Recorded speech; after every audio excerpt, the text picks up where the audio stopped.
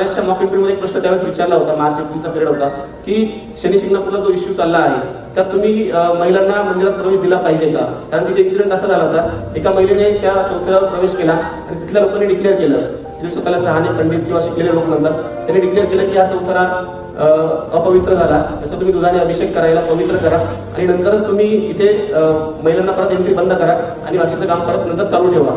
तर मग प्रश्न असा विचारला की do you think women should be allowed entry at Shani Shingnapur temple? मी म्हटलं की हो, नक्कीच द्यायला पाहिजे.